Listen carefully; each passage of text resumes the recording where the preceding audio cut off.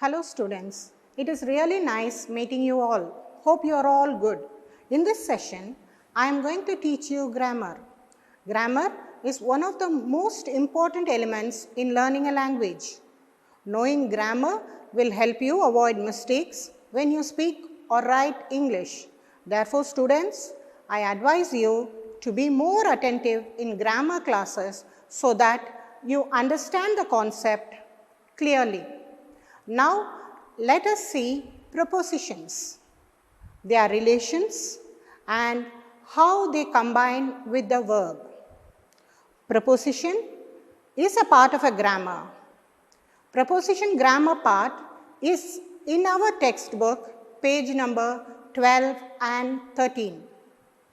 We have already learnt parts of speeches in our earlier classes. Just a recap of all those things. There are 8 parts of speeches which we have already learnt in class 7, class 8 and other classes. They are noun, pronoun, verb, adverb, adjective, preposition, conjunction and interjection. In this session, we are going to use the prepositions and we are going to learn how we are going to use the prepositions in the sentence. Preposition is one of the parts of speeches that is placed before a noun or a pronoun. It shows the relationship of the noun or the pronoun to the other words in the sentence. For example, see the sentence, there is a cow in the field. Here, in is the preposition. In connects between the cow and the field. This connection is given by the preposition in. This is the link. In tells us that the cow is in the field. So, it is inside the field. And what is in the field? The cow is in the field. So, this link is given only by the word preposition. In the second sentence, he is fond of tea. Of is the link between fond and tea. Fond, the urge to have, the liking. This adjective and the noun tea is linked. What he is fond of? He is fond of tea. If he likes tea, yes, he is fond. He doesn't like, he likes it so much. In the next example, the cat jumped off the chair. Off is the preposition here and it links the verb jumped and the noun chair. From where did the cat jump? The cat jumped from the chair. And what jumped from the chair? The cat. So, this jumped and the chair is linked by the word of, which is a preposition. Now you understand how preposition is important in a sentence. We have already learnt a few prepositions in our earlier classes like behind, into, around, next to, out of, through, between, under, inside, on, over, in front of. Now we are going to see what are the relationships expressed by the prepositions. Expressions, the relationship that is expressed when we are talking the prepositions, when we are using the prepositions in the sentence. They are time, place and movement.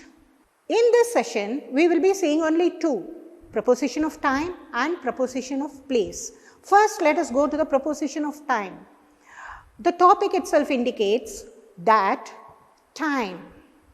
So, we are going to tell when all the things are happening. The preposition that helps us to know when all the things are happening is the preposition of time. She'll be here in a moment. In a moment tells us where she will be coming. She will be coming here. When she will be coming? In a moment. In just a few seconds. So, this in gives emphasis to the sentence and indicates us when she will be coming. It is difficult to listen if everyone speaks at the same time. This we have heard when the teacher teaches in the class. She will ask us questions and we will be answering, whole class will be answering the questions. At that time, she will tell, it is difficult for me to listen. Everyone are shouting. I cannot hear it clearly. This sentence tells us the same meaning. It is difficult to listen if everyone speaks at the same time. Don't you usually go out on Saturday evenings? This sentence is a question sentence and it is asked to somebody. That particular person goes out every Saturday evenings and the other person sees him inside the house and he asks, what is this? Don't you go out usually on Saturday evenings? Why are you here? So here on Saturday evenings is the preposition of time. On is used here as a preposition of time. These sentences indicate us the time when it happens. So we call it the preposition of time. Preposition of time is that the preposition used to indicate when a particular event happens are called preposition of time. Now we are going to see in detail a few preposition of time, their meaning and the usage. The first one we are going to see is in. In is used to tell the time when the action is going to happen, or also used for a longer duration of time. Like, I was studying in the morning. The whole of morning you were studying. So you are telling your mother that I was studying in the morning. The train will be leaving in a few minutes. So the train has not left. It is still here. It is going to leave in a few minutes. This is how in is used to tell the time of action, when it is going to happen. The next preposition is on. On is used to tell a more longer duration for dates and months. She was born on 5th of July. So it tells us the date, on which date she was born. I'll be at home on Friday morning. When we speak about morning, we say in the morning. But when we speak about Friday morning, a morning on a particular day, like Friday, we say on Friday morning. We have to see the difference between these two when we are going to fill in the blanks in our futures and when we are talking to people when we talk to them. The next preposition is at. At is a preposition that tells us the occurrence, the happening that is going to happen, at what time it is going to happen and at what time of the day it is going to happen. Like, I will reach there at 6 o'clock. So, the speaker is trying to tell us that he or she will be there at 6 o'clock in the morning or 6 o'clock in the evening. I have a meeting at 9 p.m. I have a meeting at 9 p.m. which means that there is a meeting that is going to happen at 9 p.m. It is cold at night, very cold at night, not on the day. So longer duration. At what time of the day it is happening. So this is how we use the preposition at. The same way, during is the preposition of time that we use when we say something happened, at what time it happened and how long it happened. That preposition is during. I will be visiting my grandparents during the summer vacation. Here, summer vacation is a longer period, and during the whole of summer vacation, we will be there along with our parents. This is how it tells. We can also use in place of during in this sentence. Like, I will be visiting my parents in the summer vacation. The next sentence is, it must have rained in the night. It must have rained during the night. Both are correct. So, we can use in instead of during in a few places. This I tell you because when you are going to write a test and your friend says that I wrote during and you have written in and you feel, oh my God, I have done something wrong. My answer is wrong, her answer is right. My answer is correct, her answer is wrong. No, both are correct. We can use both. Now going to the next preposition, we use after to tell the action that we are going to do. After finishing the action, we are doing. That is, we are going to do two actions.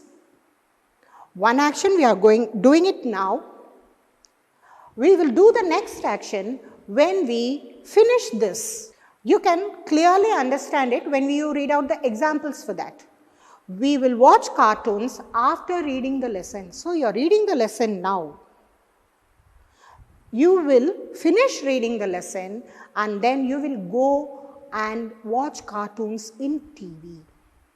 We will watch cartoons after reading the lessons. Now, seeing the preposition before, we use before to tell the action we are going to do at a later time. That is, the teacher tells us, submit your notebooks before Thursday. So, the teacher doesn't want us to submit the notebooks on Thursday. He wants us to submit the notebook before Thursday, that is on Wednesday or even before that. She doesn't give a particular time. She tells us it should be only before Thursday. The train arrived before 10 o'clock. So, the train was supposed to arrive to the station at 10 o'clock, but it arrived before the time. The train arrived before 10 o'clock. The next preposition from.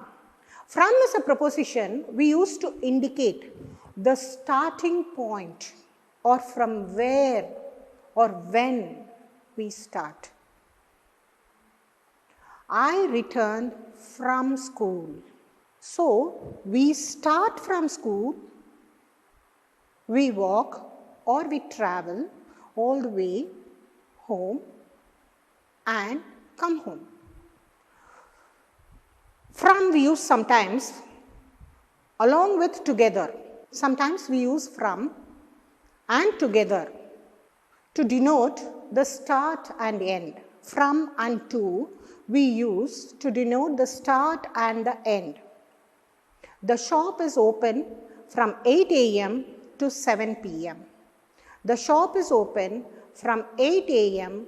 to 7 p.m. So, from 8 o'clock in the morning, the shop opens and it gets closed only by 7 p.m. at night. The same way, we can even tell that I start reading from 6 o'clock in the morning to 7 o'clock in the morning. I read from 6 o'clock to 7 o'clock in the mornings. Now we are going to see the usage of the preposition till and until. Both these are used to tell up to that period of time. Till and until are used to tell us up to that period of time about what we are talking. We waited till 6:30 for you. So you were late and your parents are telling you that we waited till 6:30, 6:30 that you will be coming, but you did not come.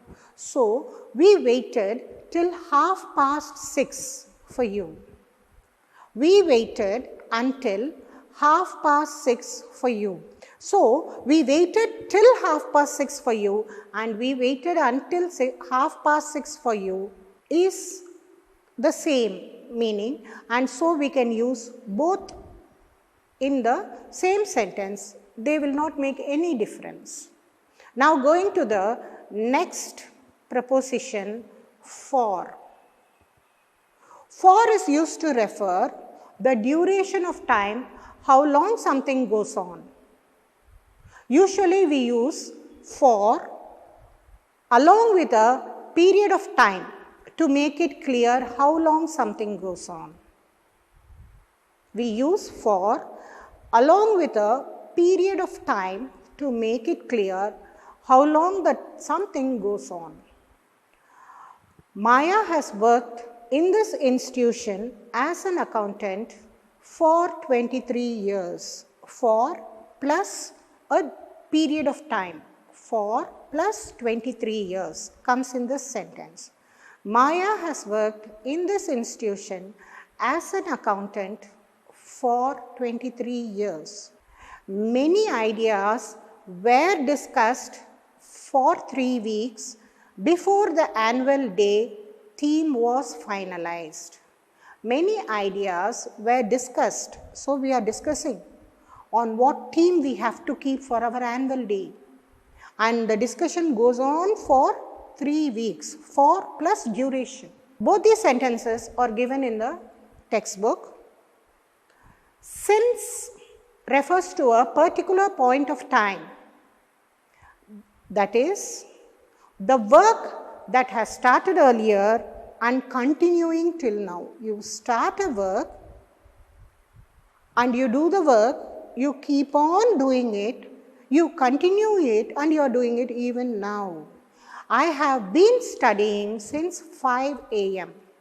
and I am at it even now. So, morning 5 o'clock you started reading and you are going on reading and reading all the subjects, one after the other you are reading, and you are reading even now. This sentence gives us this meaning. I have been studying since 5 a.m. and I am at it even now. The construction of this building has been going on since January. The construction of this building has been going on since January. So they started constructing the building in January and they are still constructing it. We just now saw a few preposition of time, starting from in, on, at, during, after, before, from and to together, till, until, for, since. Now let us move on to the preposition of place. Preposition of place gives us the idea, the name itself tells us the idea that we are going to talk about where the noun is. This preposition is going to tell us where the noun is. In our earlier classes, when we were reading grammar, we used the sentence, the cat is on the wall, the book is on the table, the ball is under the table. All these sentences tells us the preposition of time. Preposition of place indicates the location, and it also tells us that the location of the place, how the noun stands there. It all comes before a noun or a pronoun. So, the preposition of place usually comes before a noun or a pronoun. The first preposition we are going to see is in. This preposition denotes that the noun is inside something, inside the edges of something. Raj is in his room. This tells us where the boy Raj is. The book is in my bag. So the book is inside the bag. It is in the bag. That helps us to find out where the book is. Going to the next preposition on. On tells us that the noun is above something. Something is in the position that is physically touching, covering, or attached to the upper surface. So, it may be physically touching or fully covering the upper surface. The cat is on the wall. This on the wall indicates that the cat is sitting above, on the wall. The book is on the table. We have placed the book on the table. Even the rhymes that we used to say in our kindergarten classes, Humpty Dumpty sat on a wall. When we compare in and on, we can in short remember the usage with just using a juice bottle. You have your juice bottle on your hand, which is full of juice, and you can see a label outside the bottle, and inside the bottle there is juice. We say there is juice in the bottle, and there is a brand label on the bottle, outside the bottle. So in short, we can remember it this way. There is a juice in the bottle. There is a brand label on the bottle. Now going to the next preposition of place, near. Near in a sentence indicates that they are close to, close by, but with a little distance. They are not in touch with each other. They are close by, but they are with a little distance. Jenny lives near her workplace. Jenny lives near her workplace. So she lives, her home is nearby, her workplace and her home are both nearby. This indicates that she is close to her workplace. Jenny lives near her workplace. She sat near the wall. So we sit near the wall, we can lean on it, relax. That way, she sat near the wall. Going to the next preposition, at. At is used to show or point one thing at a particular place. Inside a broader place. At is used to show a point of a thing at a particular place in a broader place. The noun is in a place on a bigger place. That is how we have to understand that. There is a bigger place and the noun which we are going to talk about is in that place. So we say it by using the pronoun at. Write your name at the top of the page. Write your name at the top of the page. Page is a broader place, but you are going to write your name at the top. So that is a smaller place. Turn left at the traffic signal. Turn left at the traffic signal. Road is a bigger place.